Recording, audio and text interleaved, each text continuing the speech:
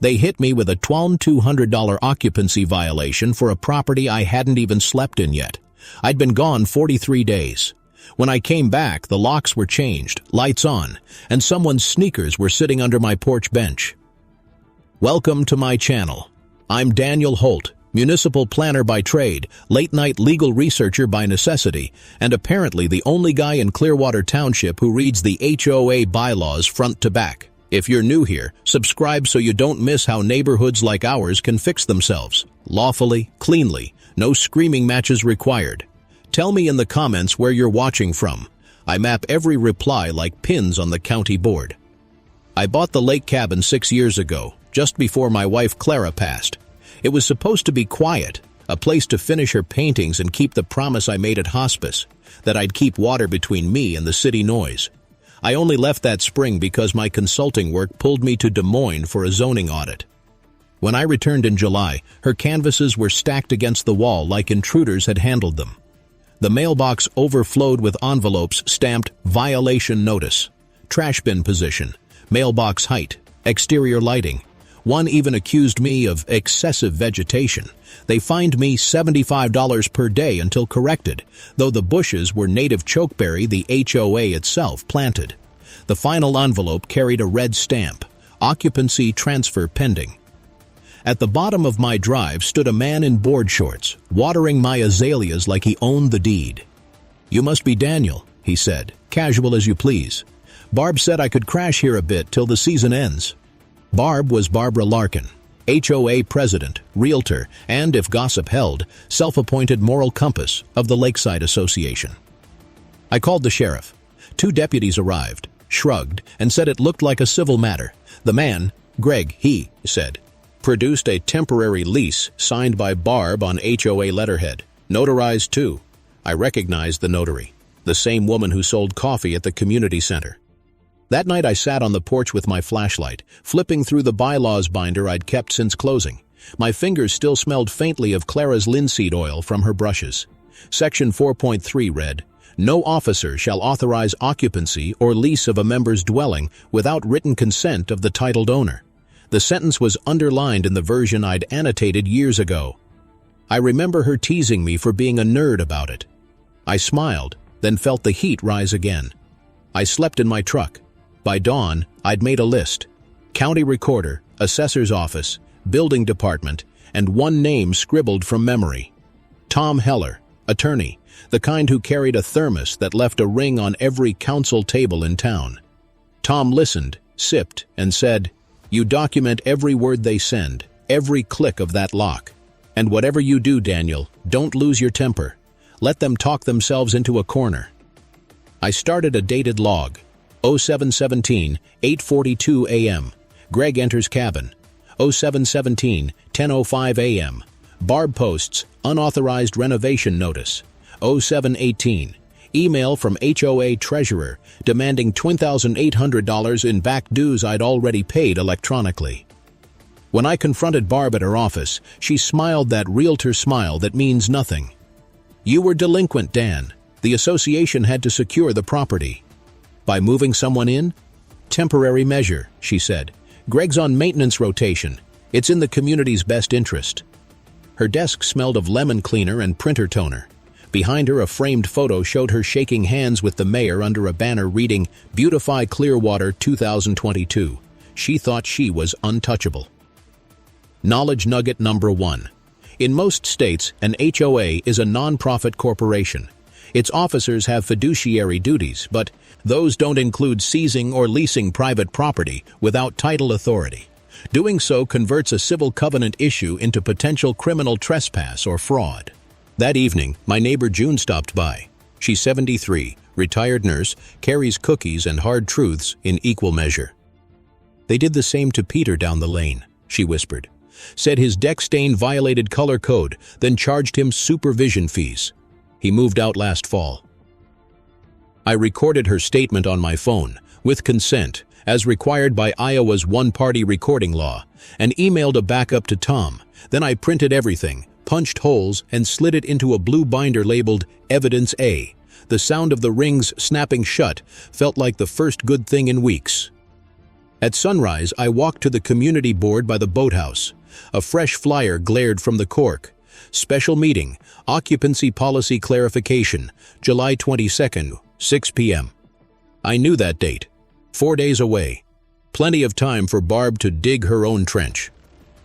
I looked at the lake, fog curling like breath over glass, and thought of Clara painting here, her laugh echoing off the water. I wasn't just fighting for property lines. I was fighting to keep a promise. And if Barb wanted a public meeting, she'd get one she'd never forget. I spent the next morning at the county recorder's office, that limestone block of a building where every property story in Clearwater eventually ends up stamped, filed, and forgotten. The clerk recognized me from zoning hearings and pulled my parcel file without argument. "No new filing since 2019, she said, tapping her nails against the counter. "Whatever lease they waived at you, it's not recorded." She let me photocopy the official page, seal and all. I left with 3 copies, one tucked in my jacket pocket like armor. On my way home, I passed the HOA maintenance shed. Greg's pickup sat out front, bed piled high with lumber that looked suspiciously like my back deck boards. By noon, the HOA email list lit up with a community update. Barb claimed temporary occupancy was authorized under emergency maintenance powers. She cited Section 8.2, Protection of Common Aesthetics, which applied to trimming shrubs, not commandeering houses. I forwarded it to Tom. His reply came 10 minutes later. "Keep gathering. She's hanging herself with her own cross-references." That night, June brought over coffee and a box of her late husband's old camcorder tapes. "Use this instead of your phone," she said. "If they come near your porch again, date stamp it." She coughed, wheezy but firm. "And Daniel, don't let her scare you off. They feed on people giving up." The next day, I saw Greg hosting what looked like a cookout in my yard. Cooler, Bluetooth speaker, 3 of Barb's board members holding paper plates. I filmed from the truck. The footage caught the HOA secretary laughing. "Dan's gone corporate, doesn't deserve lakefront." They all clinked red cups. I printed stills, each one dated, with metadata visible. Another binder tab. Evidence B. Unauthorized use. By July 21st, the tension hummed like the transformer behind my cabin. The special meeting was scheduled for tomorrow. I rehearsed what I'd say, pacing the deck until midnight. The air smelled like rain and pine resin, heavy enough to taste.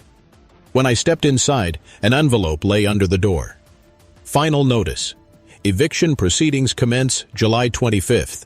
I laughed once, short, dry. My hand shook just enough that the paper fluttered like a flag before I set it on the table. Knowledge nugget number 2. An HOA cannot lawfully evict a property owner unless it holds title or a judicial order. Filing such a notice without ownership authority may constitute filing a false document under state statute R717.303-4. July 22nd, meeting night. The community center was packed, 50 people, folding chairs, the smell of powdered lemonade and tension. I wore my county ID badge like a shield, binder under one arm. Barb opened with her usual smile. "We're here to ensure community standards and safety," she said. "Some members neglect their properties for months. We've acted to preserve values for everyone." I raised my hand. "Before we talk about property values, we should clarify who owns what." She tried to cut me off. "Mr. Holt, this is not a hearing?" "Good. Because I've already filed a notice with the county that you've recorded nothing giving you occupancy rights." I laid the certified copy on the table. The stamp echoed. "And this," I said, sliding out photos of her cookout, "is your board using a private home without consent." Murmurs spread. June sat 2 rows back, nodding slowly. Barb's jaw tightened. "Temporary oversight. Perfectly within Section 8.2, I said. "That's for hedges, not hostages." The room laughed once, then went quiet again. After the meeting, Tom called. "You rattled her. She'll retaliate. Guaranteed. Be ready." He was right. The next morning, I found 3 new violation slips pinned to my porch rail. Improper lighting temperature, Kelvin mismatch. Mailbox, nonconformity, 0.5-inch deviation. Unapproved vehicle storage, presence of truck overnight. I photographed each with timestamps, uploaded them to my cloud folder labeled Retaliation Logs. That week became a carousel of harassment, unscheduled wellness checks, a notice claiming my shed exceeded Tena's height when it was 9'6", anonymous social posts calling me absentee. I didn't flinch. Each event got logged, numbered, and filed. At 2:13 a.m. one night, a light flicked on in my living room. I watched from the truck as Greg walked past the window, shirtless, holding a beer. My hand found the camcorder power button. Red record light blinked. Proof. By dawn, I'd sent the footage to Tom. "We're past civil now," he said. "Keep your cool. The state's going to love this." He looped in a contact, Maria Delgado, state compliance investigator for common interest communities. She agreed to review everything quietly. "We can't act until there's a trigger event," she warned. "But if they slip up again, call me directly." July 25th, the day they promised eviction. Instead, I walked to the HOA office at 9 o'clock a.m. and dropped a sealed envelope in Barb's inbox. Notice of preservation of rights and intent to pursue remedies. 2 notarized pages. I signed at the bottom beside a single line. "All further communication shall be through counsel." By afternoon, Barb's tone changed. She emailed, "We can resolve this amicably if you attend an executive session tonight." I did, and reply. I forwarded it to Maria. At 6:30, my phone buzzed. Unknown number. A man's voice said, "Hope you like surprise inspections," then hung up. That was the moment I realized this wasn't just bureaucratic spite. It was power addiction, and like any addiction, it needed a detox measured in consequences. But I had something they didn't: patience and a plan growing roots under their feet. Before turning in, I wrote a line across the next blank page in my log. They think I'm cornered. They haven't read their own land lease. The HOA owned only the land under the clubhouse and marina, about 0.9 acres leased from the county until 2032. I remembered that from the planning files I'd audited years back. What they never realized was that the county charter gave the lessee no authority to sublease adjoining parcels or to claim control beyond the survey lines. The legal fence line ended 12 feet short of my driveway. So while Barb was busy weaponizing mailbox dimensions, I was busy unearthing her blind spot. Tom and I met in his office 2 towns over. The blinds were half closed, his tie loose, a man who lived in gray suits but thought like a chess player. I spread the survey maps across his desk, coffee rings bleeding into the paper. "See here," I said, tracing the boundary with a pen. "Everything from this tree line to the old boathouse is county-owned. The HOA's lease expires in 7 years. Renewal requires compliance certification." Tom whistled. "And you have footage proving non-compliance, trespass, misuse, unauthorized lease. Enough to sink a renewal." He leaned back. "Keep this quiet. That's your insurance policy." That night, June came by with her granddaughter, Mia. They brought me peach cobbler, still warm. "You look tired," June said. "You sure you're not becoming them?" "I'm sure," I said, though I wasn't. Watching Greg drink on my deck had lit a slow, acidic anger I hadn't felt since Clara's funeral.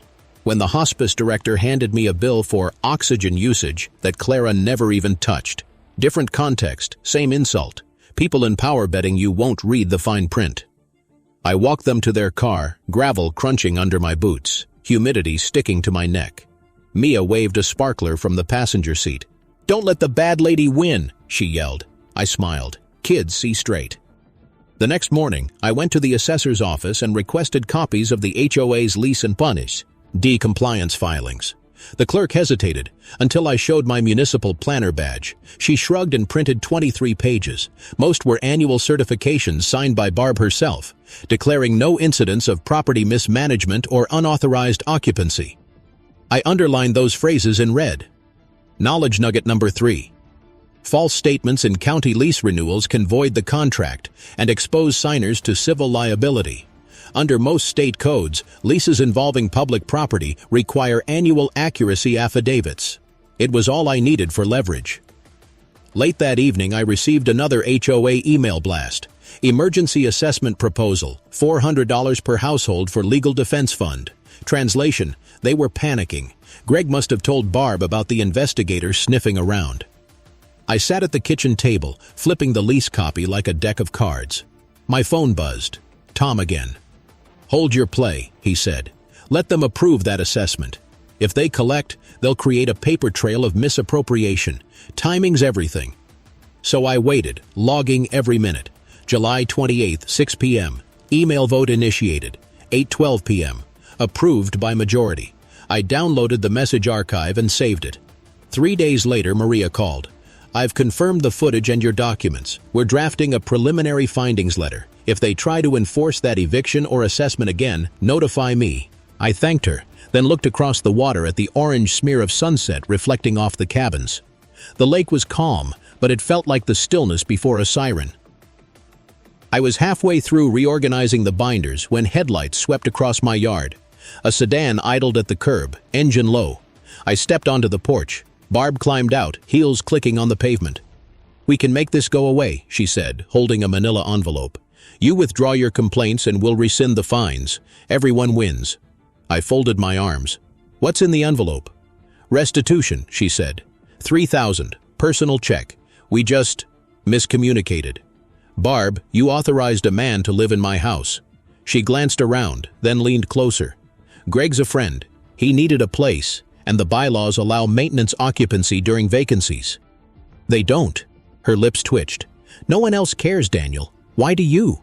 "Because the rules protect the people who aren't in the room." She shook her head and got back in her car. The taillights painted the pines red as she drove off. I walked inside, tore open the envelope, and photographed the check. Evidence C. That night, rain started, slow at first, then hard enough to drum on the windows. I lit a fire in the stone pit Clara built and tossed in one of their violation notices. The paper curled, blackened, and flamed out in a single orange gasp. I watched the ashes swirl, thinking how silence burns slower but lasts longer. And as the rain hissed against the coals, I knew I was done defending. Tomorrow, I'd start leading. Before heading inside, I jotted one question in my log. If an HOA breaks its own lease, who evicts the enforcers? I didn't know yet, but I was about to find out. 2 mornings later, I walked into the county administration building with both binders under my arm. The linoleum floor smelled of wax and coffee, that particular scent of bureaucracy that I'd spent half my life trying to escape. Maria met me by the elevator, badge clipped to her blazer, eyes sharp with exhaustion. "I've been through your files," she said quietly. "Barb's renewal certificate lists your parcel as under HOA management. That's false representation of authority." She set her coffee on the counter. "Give me 48 hours. Don't confront them yet. Let them make the next move." By the time I reached home, a fresh envelope was taped to my door. Urgent, special assessment. Due August 1st. Non-payment constitutes lien authority under Section 9.1. They'd moved faster than we expected. I smiled. Tom called that night. "Good. Let them file.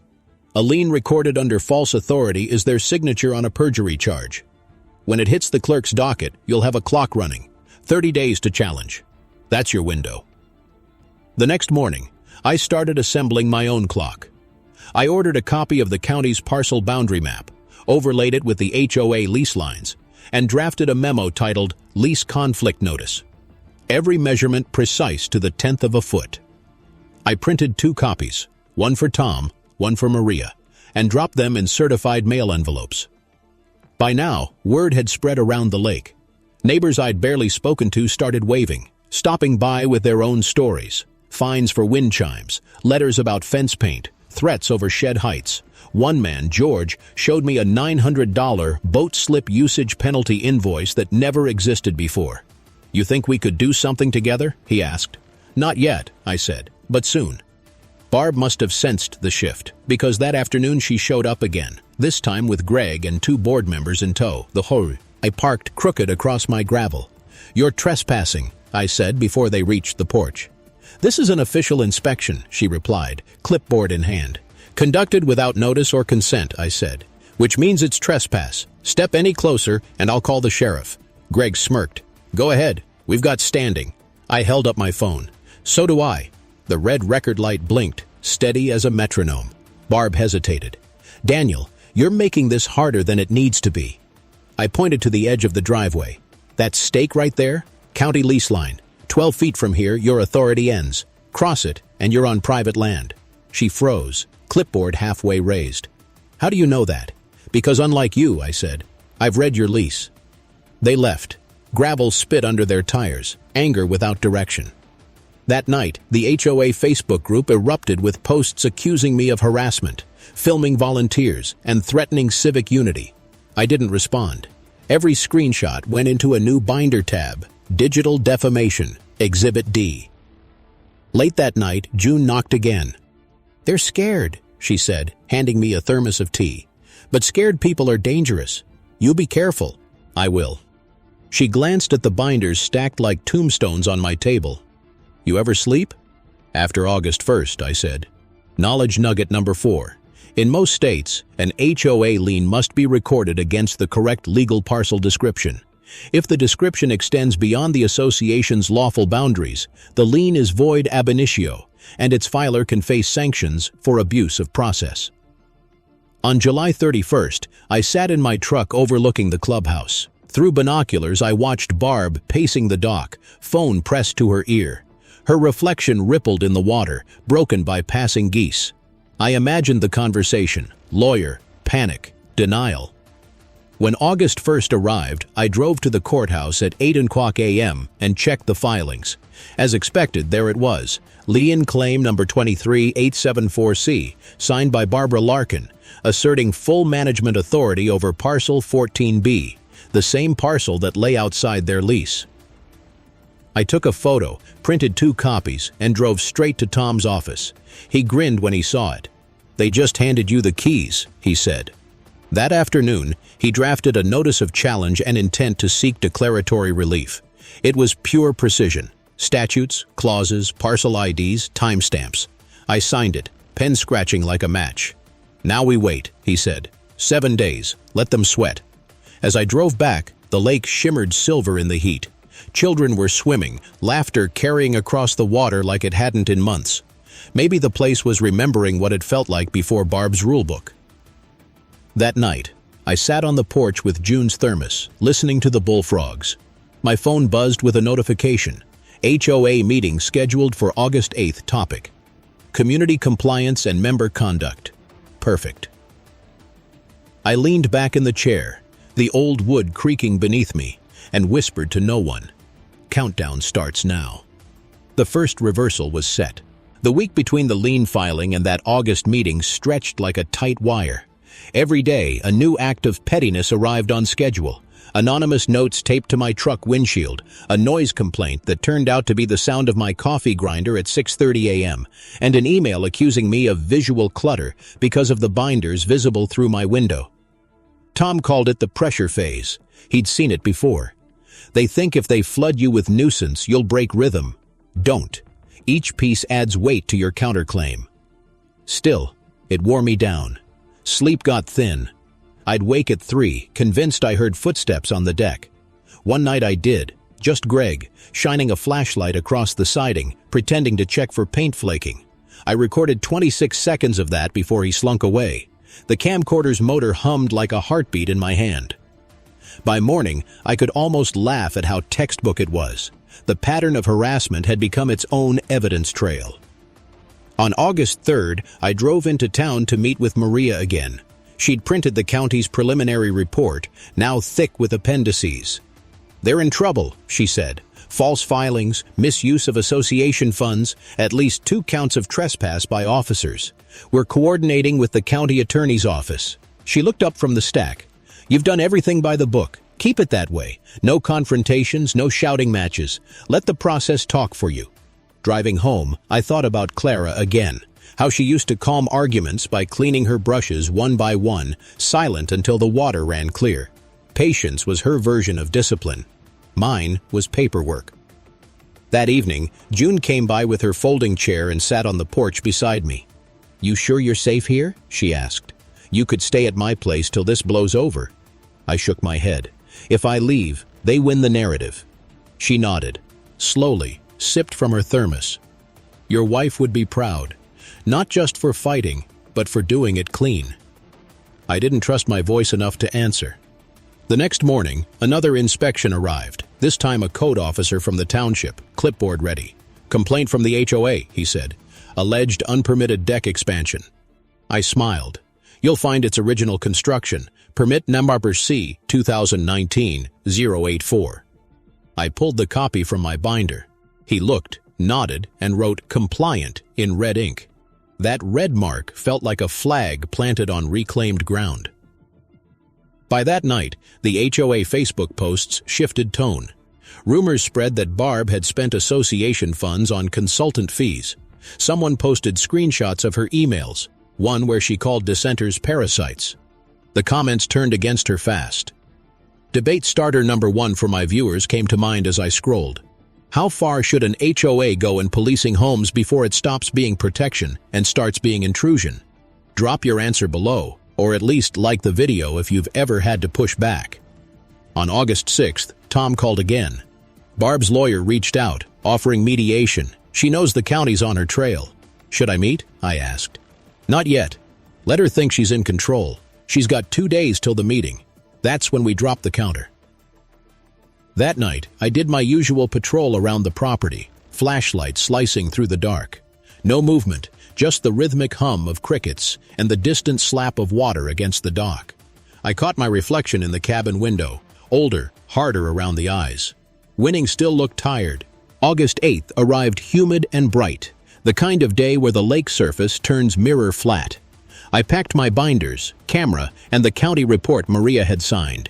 As I locked the cabin door, my fingers brushed the brass handle Clara had picked out. Cold metal, smooth from years of use. I whispered, almost done. The meeting was set for 6. By 5:30, the parking lot overflowed. 60, maybe 70 residents, a few holding folders of their own. Word had spread. The air inside the clubhouse was thick with sweat and expectation. Barb stood at the podium, hair immaculate, voice sharp. We're here to address ongoing misconduct by certain members spreading misinformation and recording private property. Her eyes cut toward me. I waited, binder closed. Let her finish. She rambled about unity and standards, until finally she said the line Tom had predicted. Our lease with the county gives us full jurisdiction over all lakeside parcels. That was the trigger. I rose slowly, binder in hand, the sound of the metal latch snapping open echoing like a gavel. Madam President, I said, you might want to read page 3 of your lease before claiming jurisdiction. She frowned. This is not the time. It's exactly the time, I said, because the county investigator is sitting right there in the back row. Heads turned. Maria raised her badge just enough for the seal to catch the light. For the first time all summer, Barb had no words. Maria's presence shifted the oxygen in that room. The whispers sharpened, the folding chairs creaked. Barb's knuckles whitened around the podium edge. Investigator? She said, voice high and brittle. I wasn't informed of any. You weren't supposed to be, Maria replied evenly, stepping forward. County Compliance Division. We've been reviewing your filings under the Clearwater lease. Mr. Holt's documentation raised questions about your stated boundaries and use of member funds. The murmur swelled until someone from the back shouted, So the board lied about owning our docks? Another voice. Where's the money then, Barb? I didn't need to say a word. The crowd was already doing it for me. Still, I placed my binder on the front table, opened it to the county map, and said quietly, Here's your line. Everything past it, county property. You've been exercising authority you don't have. Barb tried to recover, shuffling papers. We acted in good faith. Tom, who'd arrived just minutes earlier, stepped beside me. His presence was calm, surgical. Good faith doesn't cover trespass, Ms. Larkin, nor filing liens against land outside your jurisdiction. That's abuse of process. He set a stamped affidavit on the table, the notary seal catching the fluorescent light. Visual beat number 1 landed like a slow-motion photograph. That seal pressing down, the thunk of certainty. Maria addressed the room. Effective immediately, the county is suspending the HOA's lease renewal pending audit. All lien activity is frozen. She looked directly at Barb. You are to cease enforcement actions until the audit concludes. For a moment, the entire hall was silent except for the sound of the air conditioning vent rattling overhead. Then applause started, hesitant at first, then swelling. People stood, clapping like they'd just realized they'd been hostages, and the door was open. Barb's faked, a flushed crimson. She grabbed the microphone. You don't understand what this means. Without lease renewal, the association could dissolve. I stepped forward. Maybe that's exactly what needs to happen before it can rebuild. Her voice cracked. You're destroying this community. No, I said. You did that when you made it about control instead of care. Outside, thunder rolled across the lake. I took it as punctuation. That night, after the crowd spilled out into the parking lot, Tom and I stood by the flagpole as the rain began. Warm, steady, the kind that cleans dust off every surface. He chuckled softly. You played it perfectly, kept your powder dry until the right flash. I didn't win yet, I said. They'll fight the audit. They can try, he said. But the first reversal's already sealed. You hold the leverage now. Reversal number 1, secured. The county suspension meant the HOA couldn't act without my consent to prove compliance, and that consent was mine alone. I didn't announce it, not yet. Let the news sink into their bones first.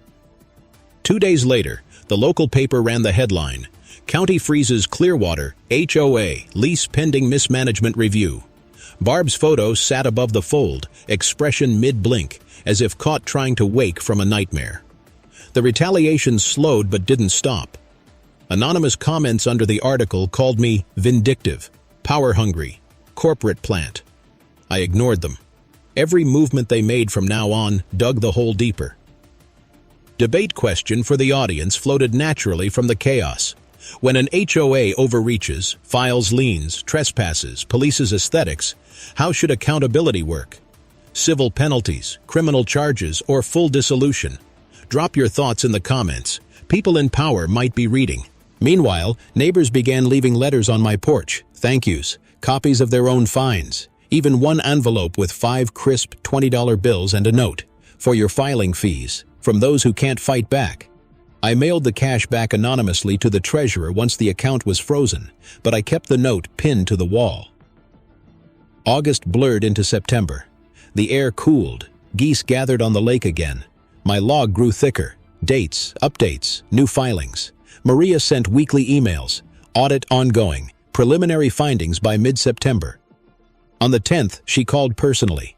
Daniel, I can't share full details yet, but early numbers show over $58,000 in unaccounted assessments, and at least one board member used association funds for private renovations.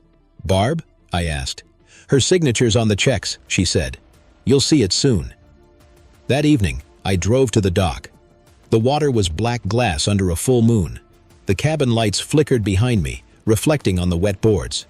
I set the binder down, took a photo for the record, time-stamped steady hands this time. Visual beat number 2 burned itself into memory, a binder marked evidence complete, resting against the reflection of moonlight and storm clouds. This was no longer about my property. It was about every resident who'd been bullied into silence. I looked at the far shore, at the rows of cabins dark and quiet, and whispered, next steps reform. Because leverage without reform is just revenge, and revenge alone never lasts. The audit findings landed exactly 19 days later. A thick brown envelope, county seal on the flap, delivered by certified mail. I laid it flat on the table before opening it. Paper smelled faintly of toner and rain. Inside, 63 pages, dense with figures, attachments, and one devastating paragraph on page 5. Finding 3.2. HOA officers authorized expenditures inconsistent with approved budgets, including personal contractor work, totaling $14,870 at the residence of President Barbara Larkin. Supporting receipts attached. It was over for her, but she didn't know it yet. The next community meeting was already on the calendar, September 20th. Audit review and future governance. The phrasing alone promised blood. I spent the week quietly preparing a presentation. No speeches, no dramatics, just data and statute citations. Tom came by the night before, dropped his briefcase on the porch, and poured coffee from his thermos into 2 mismatched mugs. You ready? As ready as I'll ever be. He nodded. Remember, neutral authority. Let the law do the shouting. When I walked into the clubhouse the next evening, the room was fuller than I'd ever seen it. Even the mayor had shown up, probably to distance himself from the fallout. Cameras from the local news station waited in the back. Rain pounded the roof. The mic on the podium buzzed. Barb sat stiffly at the front table, a thin smile plastered in place. "Let's begin," she said, voice trembling around the edges. "We've received the county's preliminary report, and—" I raised a hand. Permission to speak as affected member. She hesitated, but with everyone watching she couldn't refuse. Granted. I stepped forward, binder under my arm, and set a single sheet on the podium. According to the county's audit, $58,400 in member assessments are unaccounted for. $14,870 of that went to home improvements at this address. I pointed to the address printed on the page. Yours. Gasps rippled through the crowd. Barb started to rise. "That's a lie." Maria, standing near the doorway, held up a folder. "Verified by receipts, check numbers, and bank statements. Confirmed by our office this morning." A beat of stunned silence, then a storm of voices. One man yelled, "You took our dues!" Another shouted, "We want you out!" The mayor cleared his throat. "Order, please." He looked to Maria. "Does the county have jurisdiction to enforce?" "Yes," she said. "The lease and corporate charter both fall under public oversight. Misuse of funds and false filings are prosecutable." That was my cue. I pulled another document from the binder. Assignment of lease reversion rights, signed by the county treasurer. "As of last week," I said, "I hold the right of first refusal on the association's lease renewal, meaning I can negotiate its terms once the audit concludes." Barb's mouth fell open. "You bought the lease?" "I bought the option," I said, "from the county's surplus property division for $1 and a compliance pledge. That's the secret leverage you never saw coming." Reversal number 1 had detonated in front of the entire room. Gasps turned to applause. Greg tried to slip out the side door, but 2 deputies, standing there for security, blocked him gently. Maria nodded at them. "We'll need statements." Barb collapsed into her chair. The microphone picked up the sound of her breath hitching. "You can't just take it," she whispered. "I didn't take anything," I said. "I followed the same rules you ignored." The mayor tapped his pen against the table. "Effective immediately. This board is suspended pending investigation. Interim oversight will be handled by county administration until new elections are held." It was the cleanest takedown I'd ever witnessed. No shouting, no gloating. Just structure collapsing under the weight of its own lies. Debate question, naturally rising in the aftermath. When those elected to protect a community misuse that trust, what's the right punishment? Removal, restitution, or public apology? Comment below, because real reform starts in these rooms. Outside, the rain had eased to a steady drizzle. People filed out quietly, some shaking my hand, some just nodding. Tom stood by the door, grin ghosting his face. "You realize you could have burned them a month ago." "Yeah," I said, "but then we'd just have ashes. This way we have soil." Maria walked over, flipping her badge closed. "They'll be charged. 2 counts of fraudulent filing, 1 of misuse of funds. County attorneys preparing paperwork." "Good," I said. "But I'm not done yet." She tilted her head. "Meaning?" "I want a reform deal before elections. Real rules, transparency, limits." "Then draft it," she said. "I'll make sure it's reviewed." That night, back at the cabin, I opened a fresh notebook and wrote across the first page. Reversal number 2, build something worth keeping. The wind off the lake carried the smell of pine and wet earth. For the first time in months, the porch light felt like it was shining for someone again. The morning after the meeting, the lake was glass. No wind, no ripples, just a mirror of gray clouds waiting for the next shape. I brewed coffee and watched steam curl from the mug like smoke from a battle finally cooling. The HOA website had gone dark overnight. The comments were still coming in, neighbors thanking me, others asking what came next. What came next was the hard part, reform. Tom and I met again that afternoon, this time at my cabin instead of his office. He ditched the tie, rolled up his sleeves. "So," he said, flipping open a yellow legal pad, "you've got the leverage. Use it to build, not punish." "That's the plan," I said. "We start by trading the lease option for structure." I laid out the terms I'd drafted. Term limits for board members, no more than 2 consecutive 3-year terms. Annual public audits, published online, and filed with the county. Open records policy. Any member can inspect minutes or expenditures within 5 business days. Independent ethics committee, randomly drawn from non-board residents. Assessment rollbacks to pre-2021 levels until new budgets are certified. Community access charter, guaranteeing all homeowners equal rights to facilities and communication channels. Tom read silently, lips moving as he calculated each clause. "You know," he said finally, "if you pull this off, you won't just win your cabin back. You'll rewrite how these communities run. That's the idea." Maria joined us by speakerphone. "County Attorney's Office approves the structure," she said. "You can present it as part of a consent decree. Offer them the trade. You waive damages. They adopt reform under supervision." "Deal," I said. "Let's set it for next week." By the time the new meeting convened, September 30th, the air had the crisp bite of fall. The chairs were set in a semicircle, no podium this time. Greg was gone. Barb's seat sat empty, except for a single folded resignation letter. I stood before the neighbors, the same people who had once looked at me like a troublemaker, now watching with quiet expectation. "We've been through a storm," I began, "but storms clear the air." I held up the reform agreement. "This document trades my leverage for your future. We get transparency, limits, fairness. In return, the county lifts the suspension once these reforms are enacted." Murmurs turned to nods, then applause. Even George from down the lane, the one fined for his boat slip, stood and said, "Let's sign it and get back to living." Visual beat number 3 unfolded right there. Maria stamping the agreement at the front table, the sound of that inked seal echoing through the room like a final verdict and a beginning all at once. The mayor, representing the county, stepped forward.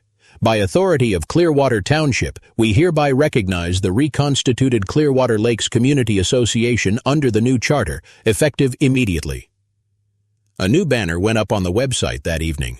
"Clearwater Lakes, open, accountable, ours again."